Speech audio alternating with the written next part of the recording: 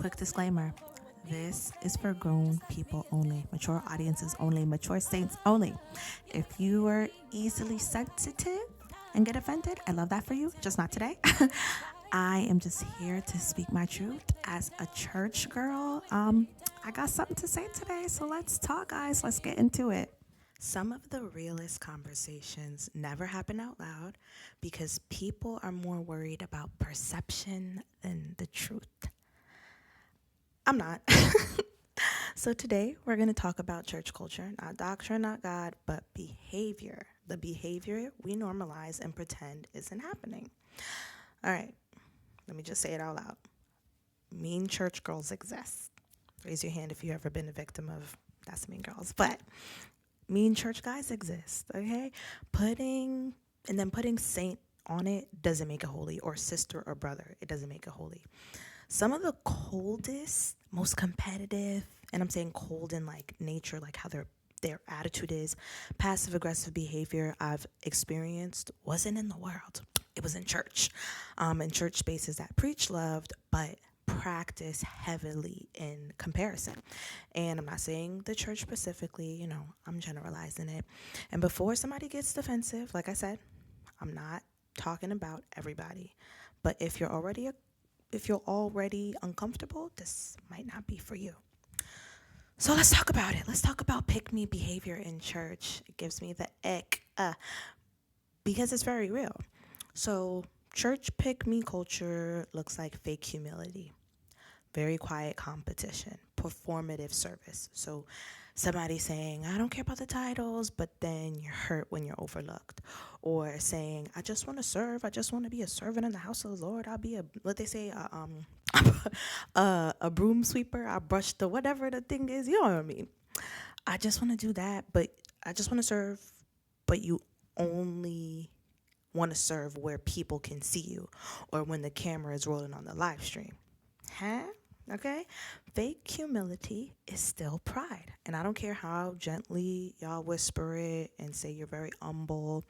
When you saying it, it's still pride. And again, before somebody and before, because the church loves to say the devil, it's the devil and it's spiritual warfare.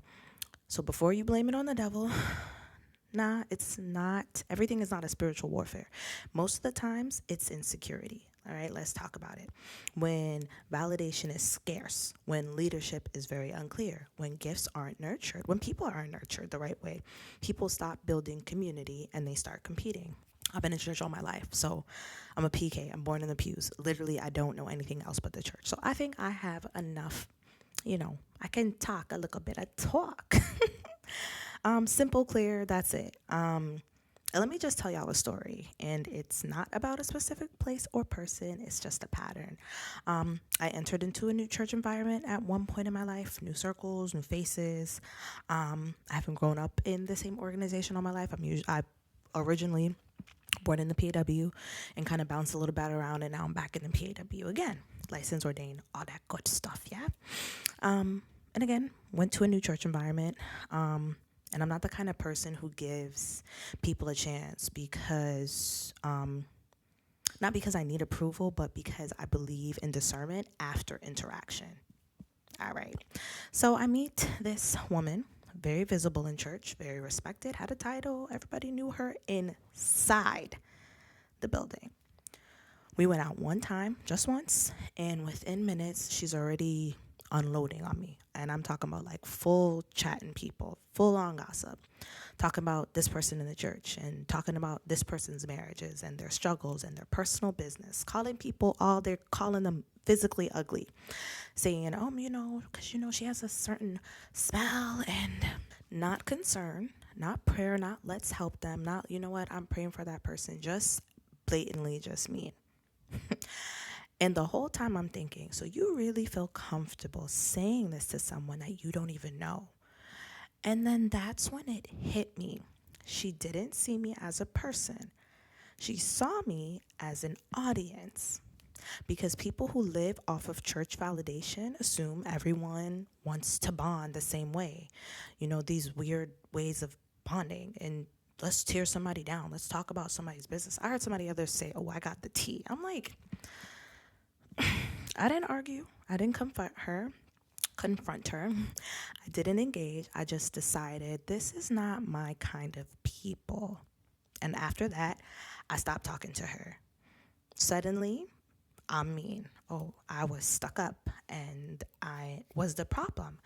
No, I just don't build relationships over gossip. You're just being weird. Everybody knows that's my word, being a weirdo. Like, you're just being weird. Some people are only important inside the church walls. I'm going to say that. I'm not even going to say that again. Let that sit. Outside of that space, outside of the four walls, no influence, no relevance. Nobody knows you out here, boo. Like, church becomes their identity, their whole identity. And anyone who doesn't play along becomes a threat. And yes, we love God. I love God. But that's not all there is to life. Even the Bible says that. There's more to life than Jesus, Jesus, Jesus, Jesus. Like, you have to live, you know?